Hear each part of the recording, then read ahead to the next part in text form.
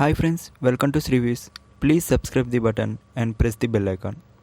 నిన్న మీరు డి చూసినట్లయితే ఫైనల్ రౌండ్లో కంపల్సరీ ఒక ఎలిమినేషన్ పడిద్దని మాత్రం అందరూ అనుకున్నారు. ఎందుకంటే అభయ్ సూర్య, జీవన, మహేష్, రీతు వీళ్ళ పర్ఫార్మెన్స్ చూసినాక కంపల్సరీ సుధీర్ టీం నుంచి ఒకరు ఎలిమినేట్ అవుతారు అని మాత్రం ఎలాంటి డౌట్ లేకుండా అనుకున్నారు. బట్ సడన్గా లాస్ట్ రౌండ్ని టై చేసేసి సడన్గా ఎలిమినేషన్ లేదు, ఈసారికి ఎలిమినేషన్ లేదు అని చెప్పారు. యాక్చువల్గా మీరు అబ్జర్వ్ చేసినట్లయితే అక్కడ ఎలిమినేషన్ చేయాలనుకుంటే మాత్రం కంపల్సరీ అట్లీస్ట్ ఒక జడ్జి అయినా ఓటు అటు ఇటు అయ్యి కంపల్సరీ ఎలిమినేషన్ పడేది.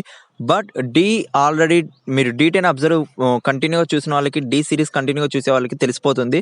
డి జోడీ కూడా పర్ఫెక్ట్ ప్రీ ప్లాన్డ్గా, అంటే ఇప్పుడే ఆల్రెడీ మొన్ననే కదా ఒక ఎలిమినేషన్ అయింది, మళ్ళీ బ్యాక్ టు బ్యాక్ ఎలిమినేషన్ చేస్తే ఎపిసోడ్స్ అండ్ మనం అనుకున్న సీజన్ టైం అనేది కరెక్ట్గా ఉండదు, ఇంకో ఛాన్స్ ఇద్దామని చెప్పి దాన్ని టై చేయాల్సి వచ్చింది. కంపల్సరీ ఎలిమినేషన్ చేద్దాం అనుకున్న టైం మాత్రం అలాంటి డెసిషన్ లేకుండా కంపల్సరీ ఎలిమినేషన్ చేసేవాళ్ళు.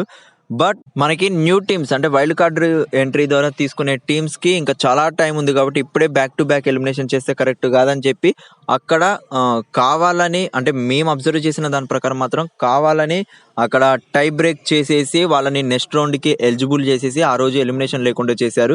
బట్ వాళ్ళు తలుచుకుంటే మాత్రం కంపల్సరీ అక్కడ ఎలిమినేషన్ నీడ్ ఉంది. సో వీళ్ళు చూసే ప్లాన్ ప్రకారం చూస్తుంటే, డి టీమ్ ప్లాన్ చూస్తుంటే, మీరు స్టెప్ బై స్టెప్ ప్రాసెస్ చూస్తుంటే పర్ఫెక్ట్ ప్లాన్ ప్రకారం మనల్ని ఎంత దూరం ఎంటర్టైన్మెంట్గా తీసుకెళ్దాం, ఇంకా ఎన్ని రోజులు దీన్ని కంటిన్యూ చేస్తే బాగుంటుంది, అప్పుడే ఎలిమినేషన్ చేస్తే బాగోదు, ఎంటర్టైన్మెంట్ ఇంకా ఇవ్వాలి అనుకుంటే ఇంకొన్ని రోజులు కంటిన్యూ చేయాలి, ఇన్ని ఎపిసోడ్స్ తర్వాతకి ఎలిమినేషన్ పడితే బాగుంటుంది అని చెప్పి దాన్ని అలా తీసుకెళ్ళడం జరుగుతుంది. సో ఏదైతే అయింది, మనకి డి టీంలో నిన్న ఎలిమినేషన్ జరగకపోవడం మన మంచికి. ఎందుకంటే ఇంకొన్ని ఎపిసోడ్స్ ఇంక్రీజ్ అయ్యి ఇంకా ది బెస్ట్ కామెడీ అనేది సుధీర్ అండ్ రష్మి మధ్య అండ్ ప్రదీప్ మధ్య మనం చూడగలం, అండ్ మోర్ ఎంటర్టైన్మెంట్ అనేది మనం చూడగలుగుతాం. కాబట్టి డి టీమ్ ఏది తీసుకున్నా అండ్ జడ్జెస్ ప్రియమణి గారు, శేఖర్ మాస్టర్ గారు ఏది తీసుకున్నా అది ఆడియన్స్ కోసమే అని మాత్రం మనం తెలుసుకోవాలి. Thank you so much for watching this video. Please subscribe the button and press the bell icon.